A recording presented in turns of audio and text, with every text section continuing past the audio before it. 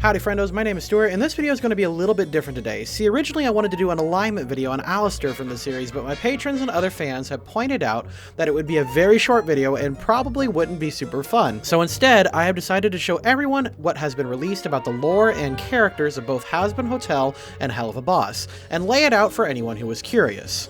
Now, normally in these videos, I tend to avoid giving my direct opinion, but if you saw my alignment video on Rey and Kylo, you know that I dropped a lot of hot opinion bombs all over the place. So let's get this out of the way real fast. Here is my honest opinion about what many people are calling the most problematic show that came out this year.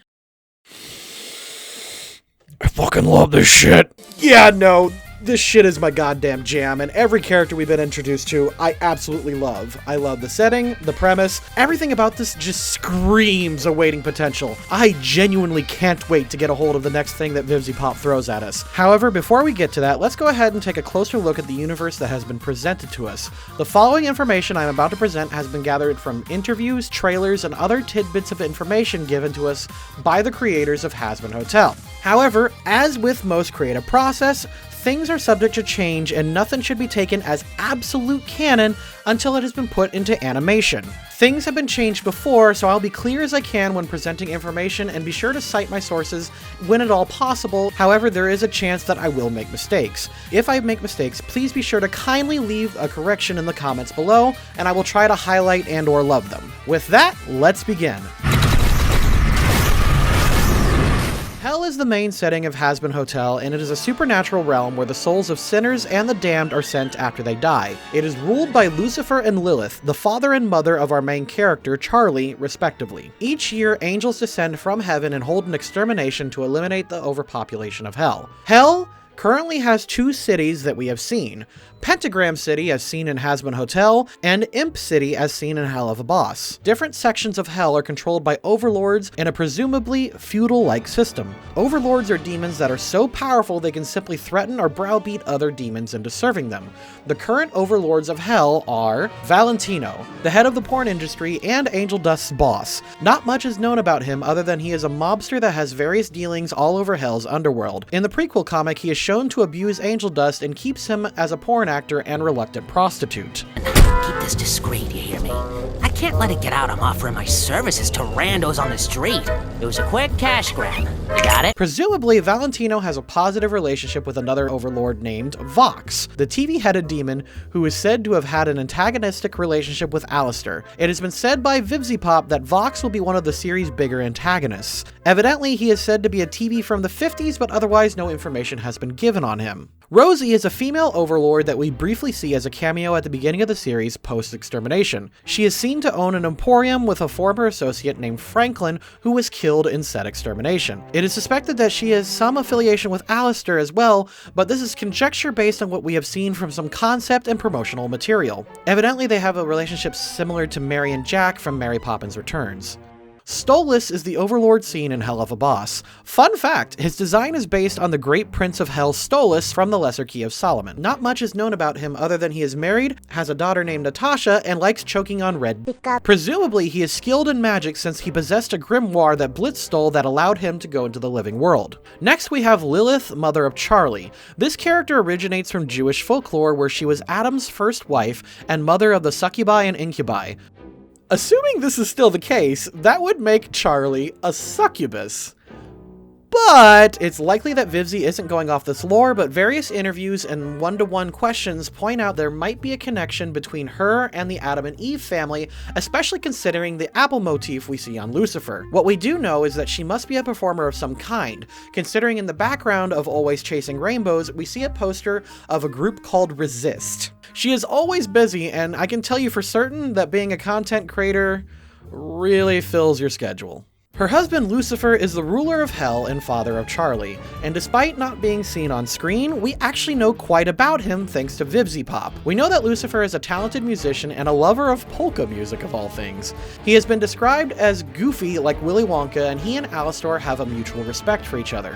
It is implied that he is disappointed in Charlie and her ideas with the hotel considering what she says and some visual shorthand that we see in the Always Chasing Rainbow sequence. Otherwise, it is not clear on how close to Jewish or Christian folklore he will be. We don't know if he is a true demon or a fallen angel. In the Bible, Satan and Lucifer are technically different entities, and according to the wiki, Satan is a different character in the Hazbin universe. Finally, we get to the last overlord.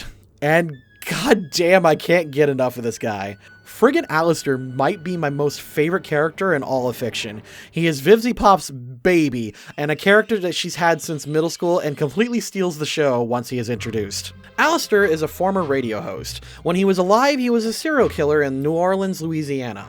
He lived through the early 1900s, witnessed the stock market crash of 1929, and died in 1933. Alistair is extremely narcissistic, and it is said that he smiles because it is the best way to show power and dominance. It is also said that Alistair is one of the few overlords in hell with a moral code. According to Vivzie Pop, he does not chase fleeing victims and would never harm a child.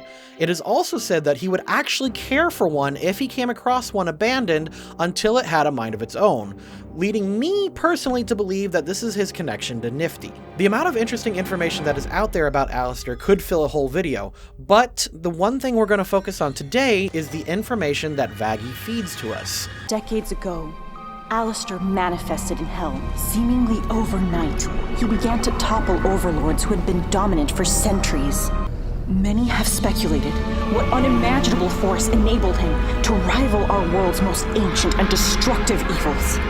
Alright, with this story, there is so much lore to unpack. What's interesting is that Vaggie specified that kind of raw power had never been harnessed by a mortal soul before. Meaning that Alistair must be the first human overlord, which is a great segue into our next topic.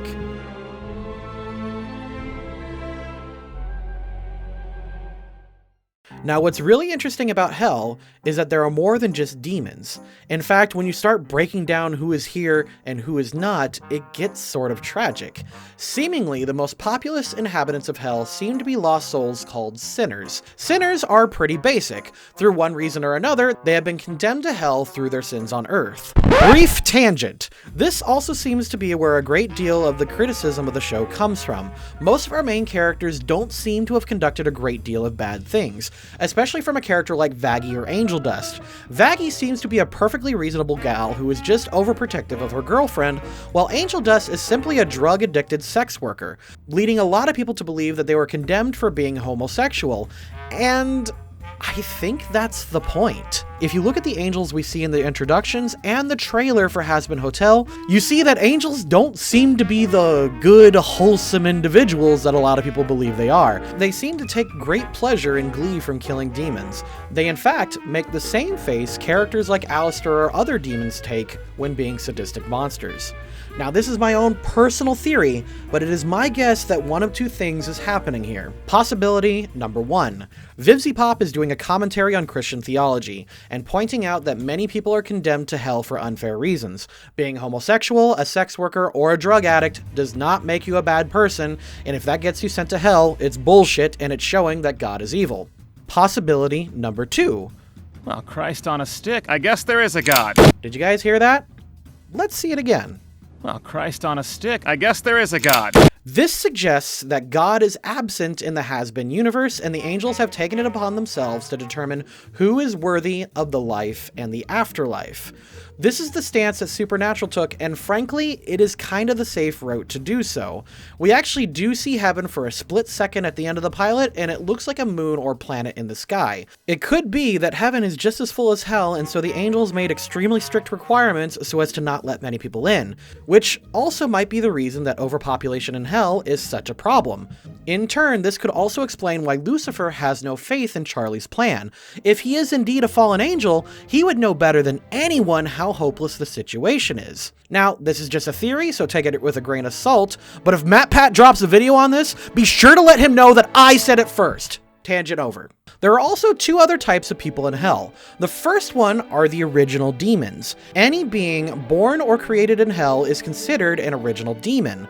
Charlie is the only main character who we know of who might be one of these, but there's also fan theories that Blitz might be one due to some stuff we see in the background and whatever child Stolas had. The third denizen of hell at this moment has no name that I can find. The big example that I can find right now is Molly, the fraternal twin sister to Angel Dust. According to the wiki, Molly is not a demon, but instead a monstrous humanoid, specifically a spider. We have no clarification as to what this means, but this does cast some light as to who gets into hell.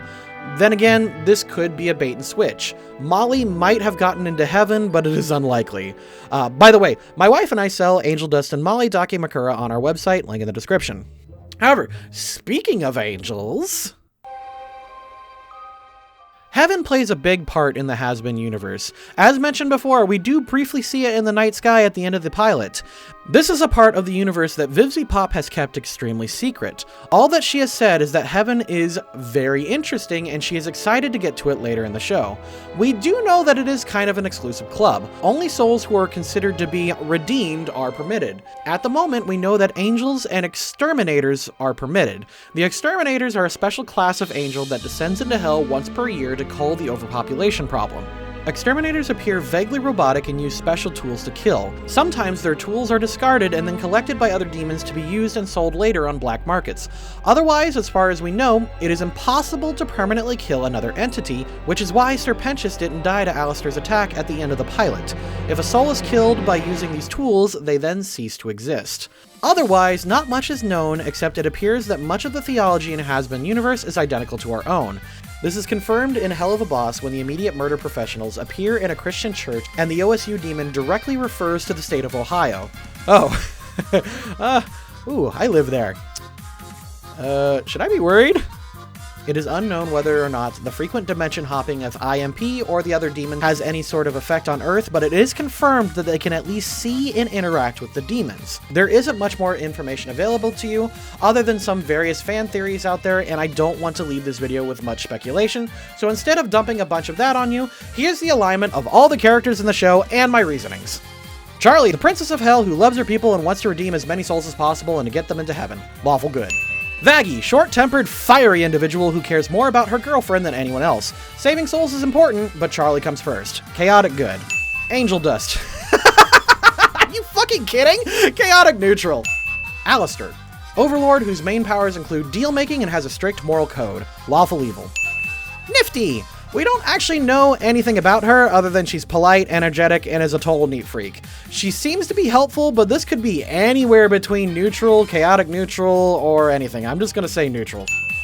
Husker, likely neutral evil considering his standoffish attitude and his self-proclaimed inability to love. Blitz,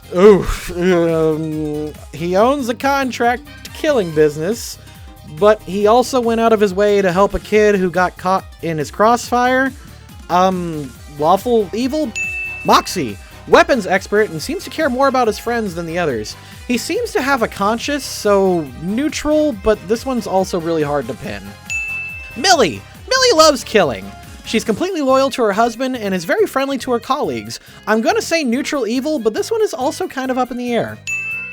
Luna, the absolute worst, abusive to everyone and completely selfish, chaotic evil. Oh, and just because she is my wife's favorite character, Katie Killjoy, a stuck-up and crude bitch who anchors in hell, won't touch the gays, chaotic evil. And if you want to see me label more character alignments, check out my video on Rey and Kylo from Star Wars. Catch you next time.